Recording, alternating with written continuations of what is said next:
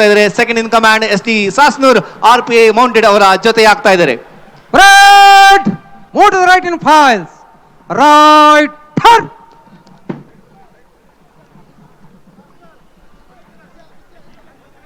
Threes by the left.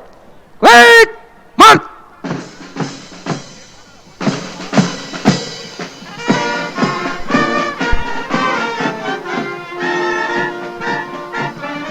ಅಶ್ವದಳ ಮುಂದೆ ಸಾಗುತ್ತಿದೆ. ಅವರಿಗೆ ಜೊತೆ ಆಗ್ತಾ ಇದ್ದಾರೆ 30 ಜನರಿರುವಂತಹ ಪೊಲೀಸ್ ಬ್ಯಾಂಡ್ ಕೂಡ ಮುಂದೆ ಸಾಗುತ್ತಿದೆ. ಸ್ಟೇಟ್ ಇಂಗ್ಲಿಷ್ ಬ್ಯಾಂಡ್ ಅವರ ಹಿಂಭಾಗದಲ್ಲಿ ಚಲಿಸುತ್ತಿದೆ. ಪುಷ್ಪಾರ್ಚನೆಯನ್ನ ನೆರವೇರಿಸಿ ನಾಡಿನ ಜನರಿಗೆ ಒಳಿತಾಗಲಿ ಎನ್ನುವ ಸತ್ಪ್ರಾರ್ಥನೆಯನ್ನು ಸಲ್ಲಿಸಿದಂತಹ ಸನ್ಮಾನ್ಯ ಮುಖ್ಯಮಂತ್ರಿಗಳಾದ ಶ್ರೀ ಸಿದ್ದರಾಮಯ್ಯನವರಿಗೆ, ಸನ್ಮಾನ್ಯ ಉಪಮುಖ್ಯಮಂತ್ರಿಗಳಾದ ಶ್ರೀ DK ಶಿವಕುಮಾರ್ ಅವರಿಗೆ ವಂದನೆಗಳು.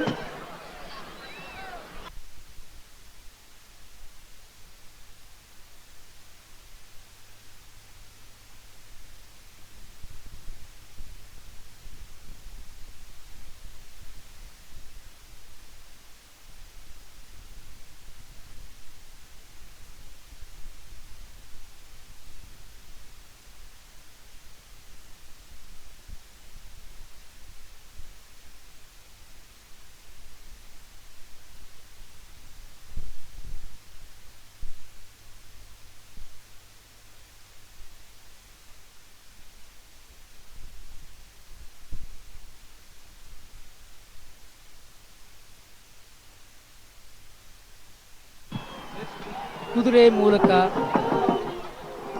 ಮೈಸೂರಿನ ವೈಭವನ ಮುಖ್ಯಮಂತ್ರಿಗಳು ಕೈ ಪುಷ್ಪಾರ್ಚನೆಯನ್ನ ಮಾಡಿದಂತಹ ಸನ್ಮಾನ್ಯ ಮುಖ್ಯಮಂತ್ರಿಗಳಾದ ಶ್ರೀ ಸಿದ್ದರಾಮಯ್ಯನವರಿಗೆ, ಸನ್ಮಾನ್ಯ ಉಪಮುಖ್ಯಮಂತ್ರಿಗಳಾದ ಶ್ರೀ DK ಶಿವಕುಮಾರ್ ಅವರಿಗೆ, ಮಾನ್ಯ ಸಚಿವರಾದ doctor HC ಮಹದೇವಪ್ಪನವರಿಗೆ, Shivraj S Tangadagi ಅವರಿಗೆ, ಮಾನ್ಯ ಸಂಸದರಾದಂತಹ ಯದುವೀರ ಒಡೆಯರ್ ಅವರಿಗೆ ಅನಂತ ವಂದನೆಗಳು.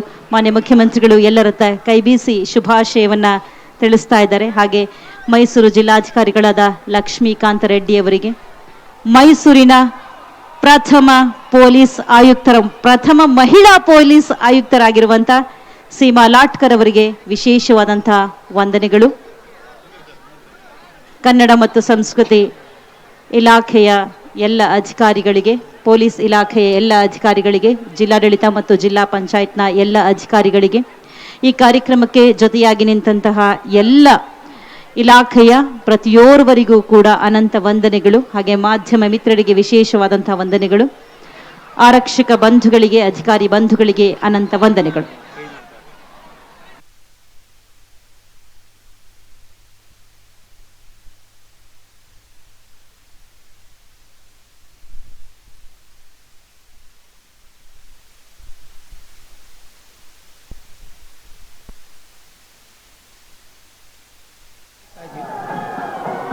ಮಂಗಳ ವಾದ್ಯಗಳ ಮೊಳಗುಗೆಯನ್ನು ಕೇಳಿಸ್ತಾ ಇದ್ದೀರಿ. ವಾಸ್ತವವಾಗಿ ತಾಯಿ ಚಾಮುಂಡೇಶ್ವರಿಯನ್ನು ಅತ್ಯಂತ ಭಕ್ತಿಯಿಂದ ಬರಮಾಡಿಕೊಳ್ಳುವ ಸಂದರ್ಭ ಇದು. ತಾಯಿ ವಿರಾಜಮಾನಳಾಗಿ ಚಿನ್ನದ ಅಂಬಾರಿಯಲ್ಲಿ ಕಂಗೊಳಿಸುತ್ತಾ ಎಲ್ಲ ಪ್ರೇಕ್ಷಕ ವರ್ಗದವರಿಗೆ, ಎಲ್ಲ ವೀಕ್ಷಕರಿಗೆ ಯಾವ ಭೇದ ಭಾವವನ್ನು ತೋರದೆ ಸಮಾನತೆಯ ಮಾತೃತ್ವ.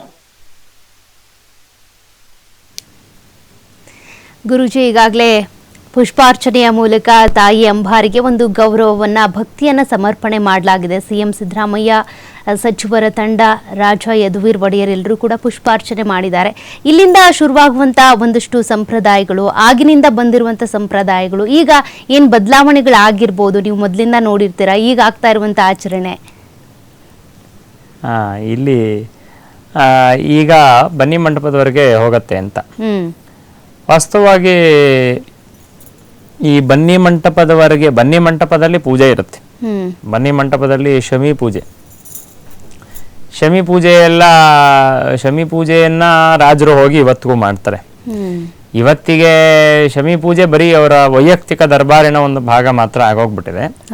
ಹಿಂದೆ ತುಂಬಾ ದೊಡ್ಡ ಒಂದು ಗ್ರ್ಯಾಂಡ್ ಆಗಿ ಶಮಿ ಪೂಜೆಯನ್ನ ಮಾಡ್ತಿದ್ದು ಇದೆ. ಇವತ್ತಿಗೂ ಅಲ್ಲಿ ಹೋಗಿ ಅವರು ಪಟ್ಟದಕತಿ ಸಮೇತವಾಗಿ ಹೋಗಿ ಅಲ್ಲಿ ಶಮಿ ಮಂಟಪಕ್ಕೆ ಅಲ್ಲಿವರೆಗೆ ಹೋಗಿ ಉತ್ಸವ ವಾಪಸ್ ಬಂದ್ಬಿಡುತ್ತೆ ಅಷ್ಟೇ. ಇವತ್ತಿಗೇನು ಮಾಡಲ್ಲ. ಅಂದ್ರೆ ಇದು ಆದಮೇಲೆ ಇನ್ನು ದೇವಿಗೆ ಒಂದು ಪೂಜೆ ಮಾಡಿಬಿಟ್ಟು ವಾಪಸ್ಸು ದೇವಿಯನ್ನು ಯಥಾಸ್ಥಾನಕ್ಕೆ ಇಟ್ಬಿಟ್ಟು ಅಂಬಾರಿಯನ್ನು ಮತ್ತೆ ವಾಪಸ್ ಇಡುವಂಥ ಪ್ರಯತ್ನ ಮಾಡ್ತಾರೆ. ಈ ರಾಜರು ಹೋಗೋ ಕಾಲದಲ್ಲಿ ಸ್ವಲ್ಪ ವ್ಯತ್ಯಾಸ ಇತ್ತು. ಅಂದರೆ ಅವರು ಹೋಗ್ತಿದ್ದಂಥ ಮತ್ತು ಸ್ವಲ್ಪ ಮೈಸೂರಿನ ಹೋಗ್ತಿದ್ದಂಥ ಜಾಗಗಳು ಸ್ವಲ್ಪ ಬದಲಾವಣೆ ಆಗಿದೆ. ಹೀಗೆ ಇರಲಿಲ್ಲ. ಇದು ಸ್ವಲ್ಪ ಮೈಸೂರು ಸಿಟಿ ಅನ್ನುವಂಥದ್ದು ಬೆಳೀತಾ ಬೆಳೀತಾ ಅಲ್ಲಿ ಇರುವಂತಹ ಜಾಗ ಮತ್ತು ಅಂಬಾರಿ ಹೋಗ್ತಿದ್ದಂಥ ಜಾಗ ಇದೆಲ್ಲ ಸ್ವಲ್ಪ ವ್ಯತ್ಯಾಸ ಆಗಿರೋದಂತೂ ಹೌದು.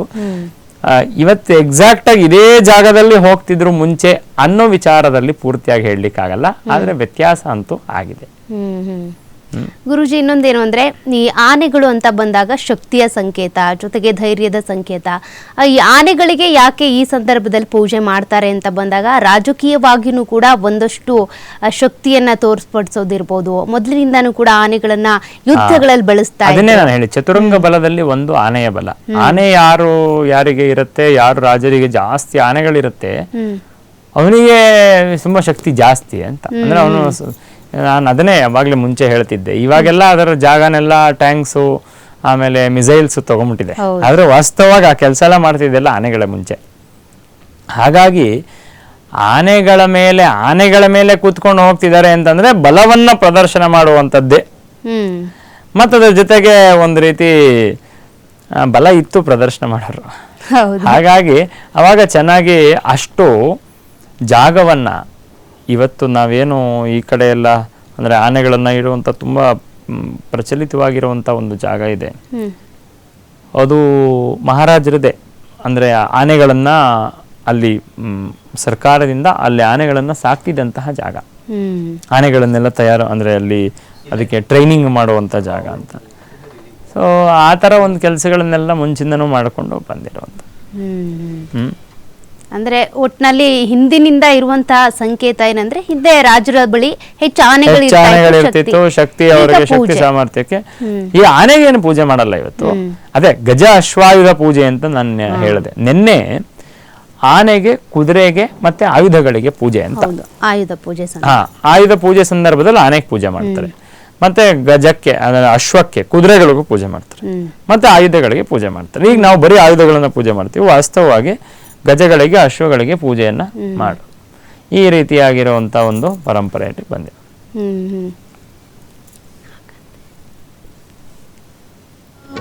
ಕನ್ನಡದ ಸಂಭ್ರಮದ ನಾಡ ಹಬ್ಬ, ನಾಡ ದೇವತೆಯ ಸಿರಿ ದಸರಾ ಹಬ್ಬ.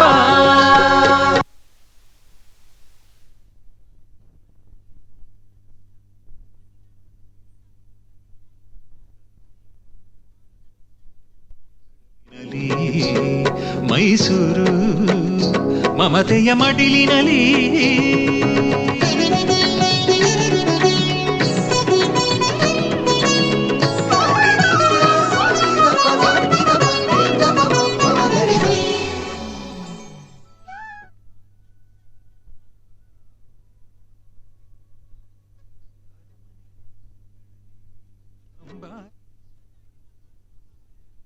ಸಡಗರದಿ ಜನಮನಗಳ ಮೆರುಗು.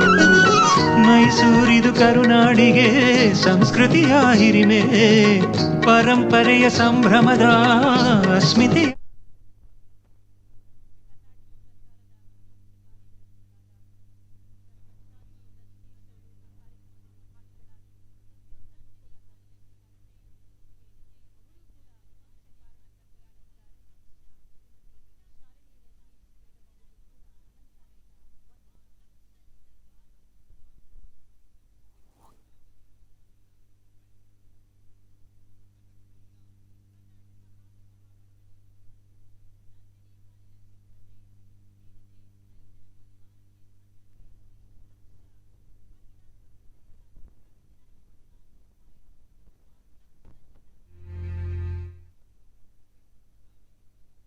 ಹುಬ್ಬಳ್ಳಿ ಕಥಕ್ಕಳಿಯ ಕರ್ನಾಟಕ ಹಾಲು ಮಹಾಮಂಡಳಿ